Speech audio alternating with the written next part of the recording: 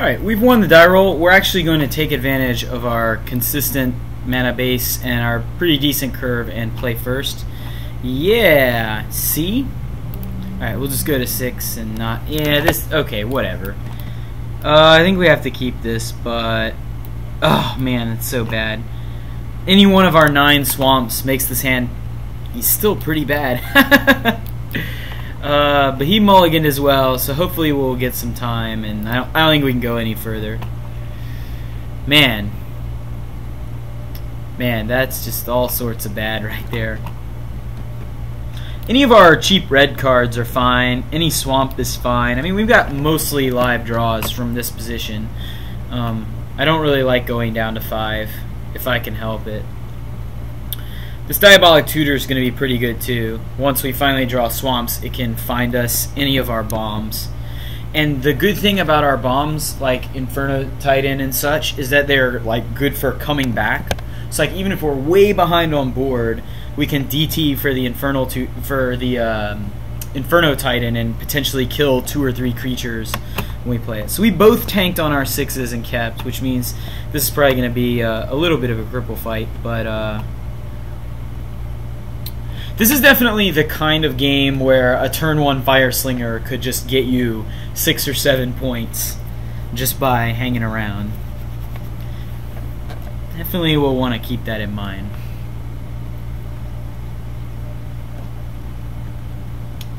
I was playing off camera last night, a Sealed, and I had 3 or 4 colors, but they were all thin, so I just had a really greedy mana base, and I ended up, you know, mulliganing myself right out, you know, not mulliganing out of the game, or keeping loose hands and not getting there. So this kind of hand is a familiar sight, although it's a lot more statistically unlikely here. Swamp?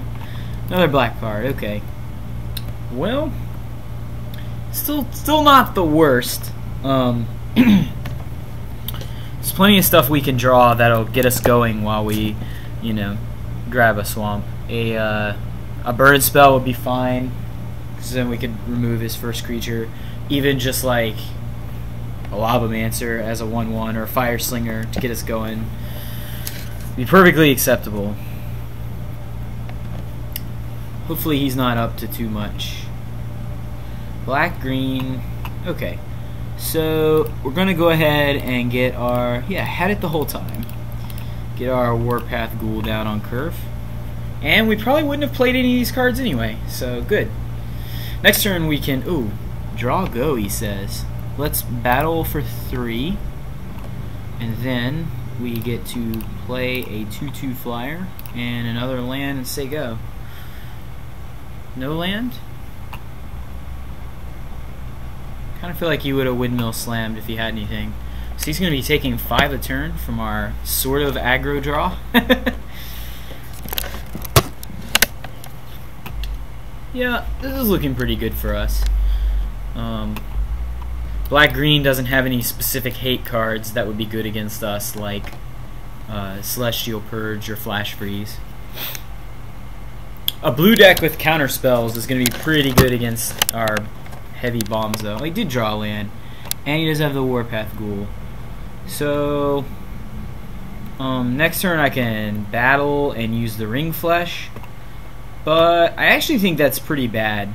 I think it's much better to let him trade if he wants to, because I'm gonna want to use the Ring Flesh on something better than a vanilla 3/2. So I'm actually just gonna let him trade 3/2s if he wants to.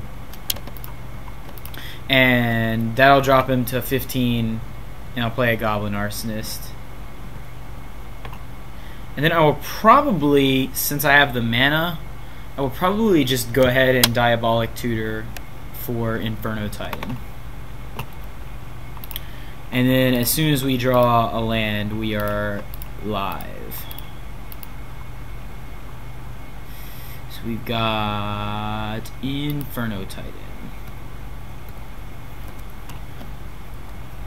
I guess he could have a Doomblade or something, but we'll still get value even if he does.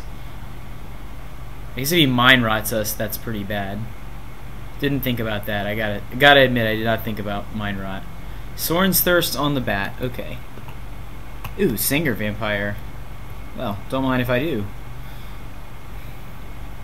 So there are 12 lands left in our deck. We're, hopefully he doesn't Stinger Fling Spider us here. 12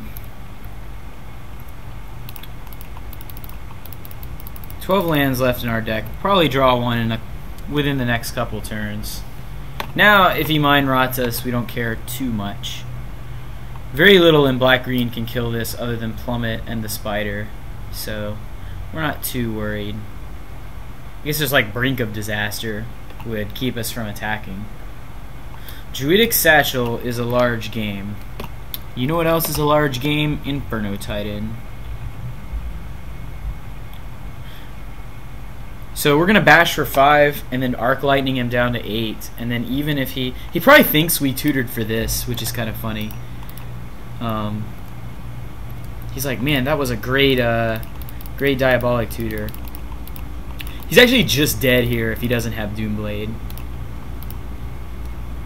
Yeah, I play fair.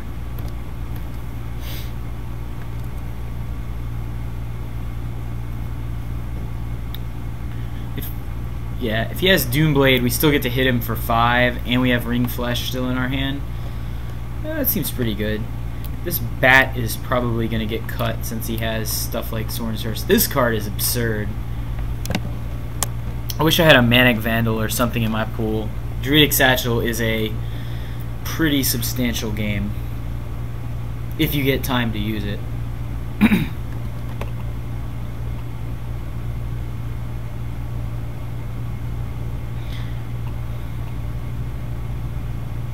I wish I got to see more of his deck, but it looks like he's just going to kind of pack it in.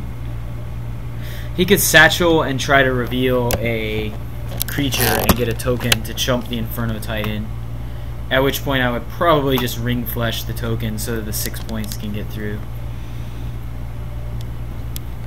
Yeah, he's got nothing.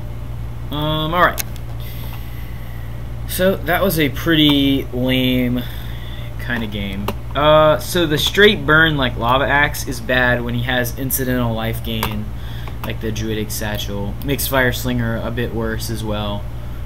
Really didn't see much from him. Probably don't need these guys. This could be okay, just even if I just played it on a land, because it looks like his deck is pretty slow. Soren's Thirst makes like Fiery Hellhound and Lightning Elemental pretty marginal. Bonebreaker Giant is probably not big enough to tangle with his green monsters. So there's not really a whole lot to bring in. It's just a matter of whether we want to bring this in. And we sort by cost. Really the only thing that's bad, and by bad I mean like mediocre, is like the Warpath Ghoul or the Bat. But the Bat at least flies and can get in there. Yeah, I'm not really going to change anything. I think I like my deck the way it is.